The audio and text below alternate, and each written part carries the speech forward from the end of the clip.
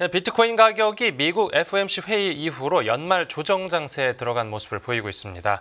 내년 미국 새 행정부 출범 이후 비트코인 가격이 다시 상승 탄력을 받을 수 있을지, 중간엔 어떤 변수들이 기다리고 있을지 가상자산 컨설팅 업체 원더프레임의 김동환 대표와 함께 하나하나 짚어보겠습니다. 네, 대표님 어서 오십시오. 네, 안녕하세요. 네, 아직 비트코인이 최고점을 찍은 뒤로는 좀 변동성이 커진 모습인데 그 이유가 뭡니까? 일단은 이제 12월 18일에 미국 시간으로 비트코인이 새로운 신고점을 이제 달성을 했죠. 10만 8천 달러까지 올라갔었는데 네네. 이틀 정도 있다가 이제 연준 FOMC가 있었어요. FOMC에서 금리를 25bp 내리기는 했지만 네. 내년에 금리를 상당히 좀 긴축적으로 가져갈 것 같다라는 전망이 나오면서 갑자기 떨어지기 시작해서 사실 10만 8천 달러에서 9만 2천 달러 선까지 떨어졌다가 네. 크리스마스 즈음에서 다시 반등을 해서 오늘 기준으로는 한 9만 6천 달러 정도에서 거래가 되고 있는데요. 네네. 제가 지금 설명하면서 이제 약간의 배경들을 설명드렸지만 내년에도 연준이 금리 인하를 좀 많이 하지 않을까라는 기대감이 있었는데 일단 그 부분이 완전히 꺾인 것이 사실 최근 변동성의 가장 큰 포인트라고 봐야 될 것 같고요. 네. 그리고 11월 5일 그 트럼프 당선 이후에 비트코인이 거의 50%에서 60% 정도 오른 거예요. 네네. 가격이.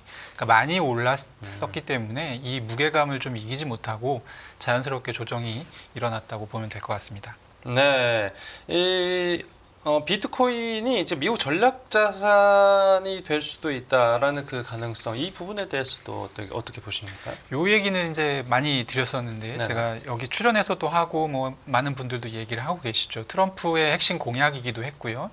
지금 미국 정부가 21만 개 정도의 비트코인을 가지고 있는데 네. 당선되면 팔지 않겠다라고 공약을 했고 이것이 좀 업그레이드가 되고 있어요. 그래서 원래 처음에는 팔지 않겠다였는데 네네. 그것을 왜 팔지 않느냐?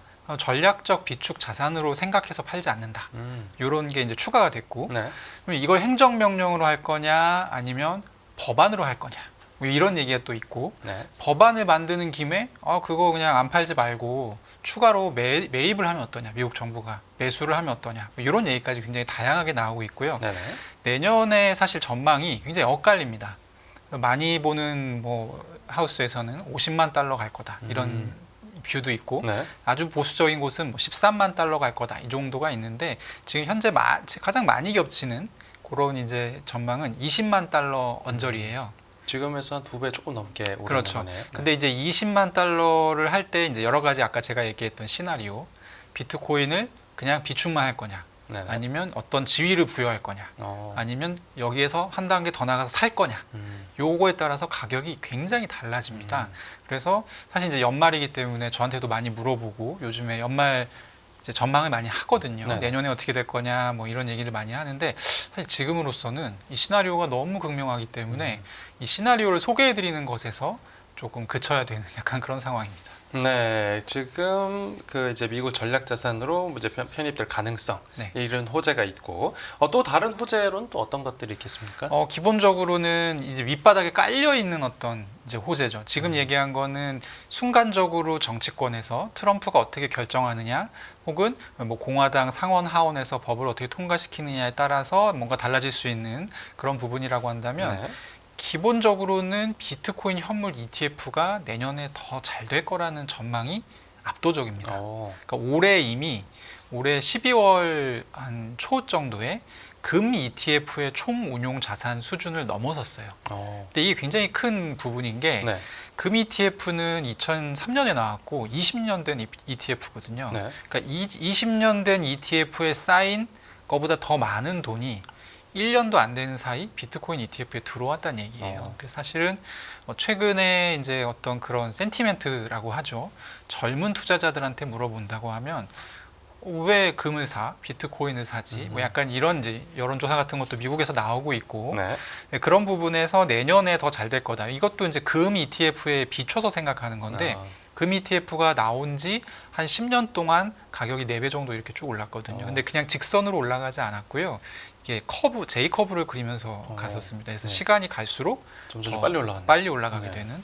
그래서 내년에는 조금 더 상승세가 가파르지 않겠느냐. 그래서 저도 지금 이제 많이 이제 전망들을 얘기를 하는데 네. 저는 가장 보수적으로 볼 때 그냥 요 ETF 효과만 놓고 봤을 때 다른 게 다 지금 현상 유지된다고 하면 한 16만에서 17만 달러까지는 무난히 가지 않을까 그렇게 생각하고 있습니다. 네, 그러니까 들어보면 전반적으로 이제 좀 상승할 거다. 네. 네, 이런 밝은 전망들이 많은데, 또 일각에서는 이제 미국 정부가 국채를 찍는 대신에 뭐 스테이블 코인을 활용할 수 있다, 뭐 이런 얘기도 나오는데 이게 무슨 소리입니까? 이제 미국 정부는 바이든도 굉장히 돈을 많이 쓴 것으로 알려져 있죠. 네. 그리고 트럼프도 하고 싶은 게 굉장히 많아서 지금 내놓은 공약을 이행하는 데만 해도 상당히 많은 재정이 필요한데 이 돈을 뭐 어디서 나느냐, 하늘에서 떨어지지 않기 때문에 국채를 팔아야 되거든요.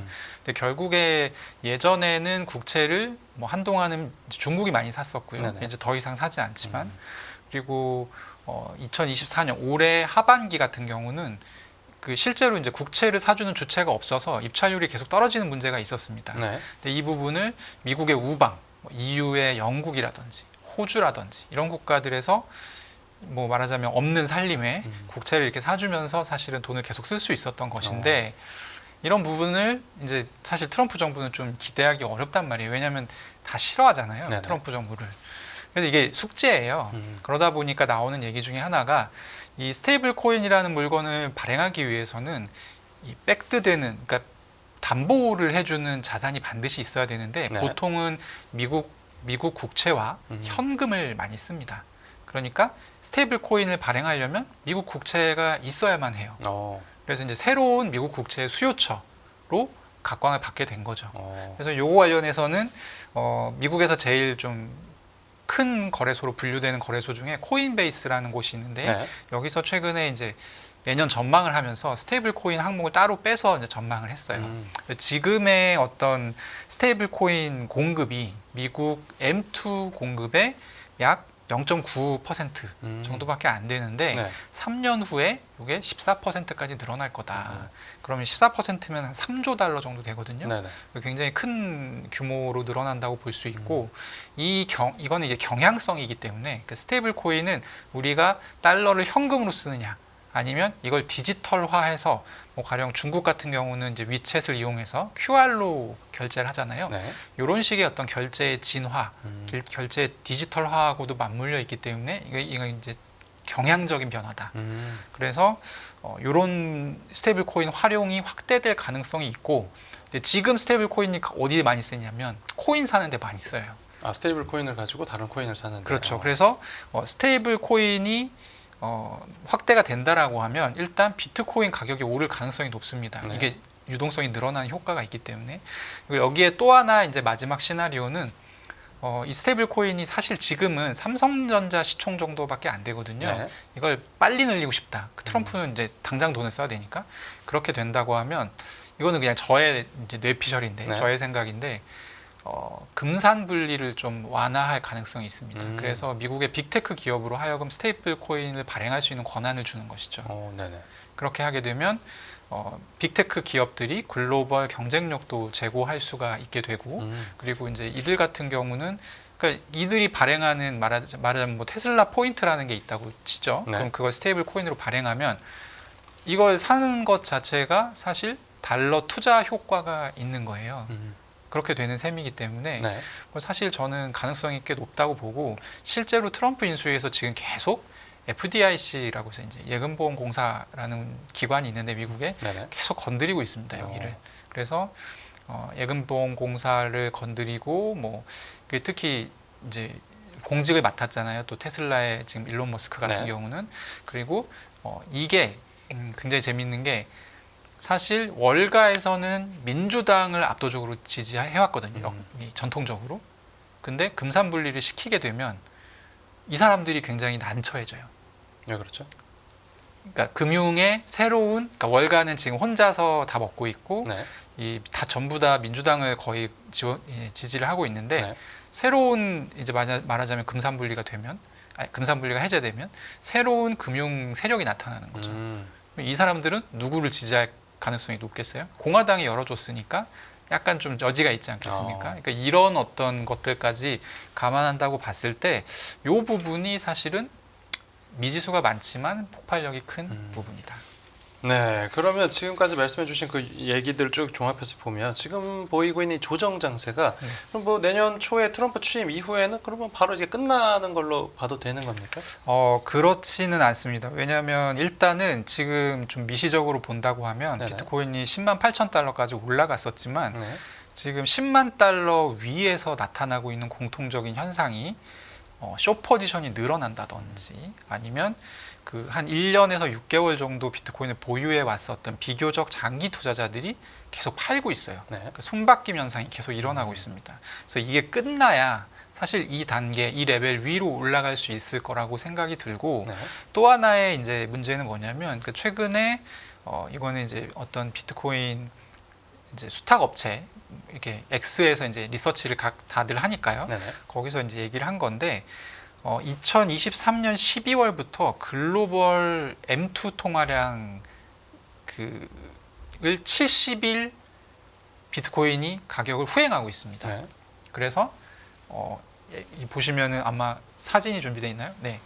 저기 보시면 흰색이 M2 통화 공급량입니다. 아, 네네. 흰색. 근데 지금 저희가 꺾였잖아요. 네. 빨간 원 안에. 네. 저기 시점이 9월 말 정도입니다. 근데 70일 후행이니까 그러면 12월 한 15일 정도부터는 비트코인 가격이 내려가는 건데 실제로 지금 비트코인 가격 추이가 그래요. 그래서 저 부분이 그러니까 지금 글로벌 M2 통화 공급량이 줄어들면서 비트코인 가격에 하방 압력을 좀 주고 있는 그런 상황이기 때문에 내년 1월 초는 어떻게 될 거다라고 지금 얘기하기가 상당히 좀 불투명한 네. 그런 상황입니다. 네, 알겠습니다. 네, 오늘 크립토오는 원더프레임의 김동환 대표와 함께했습니다. 네, 대표님 오늘 말씀 감사합니다. 네, 고맙습니다.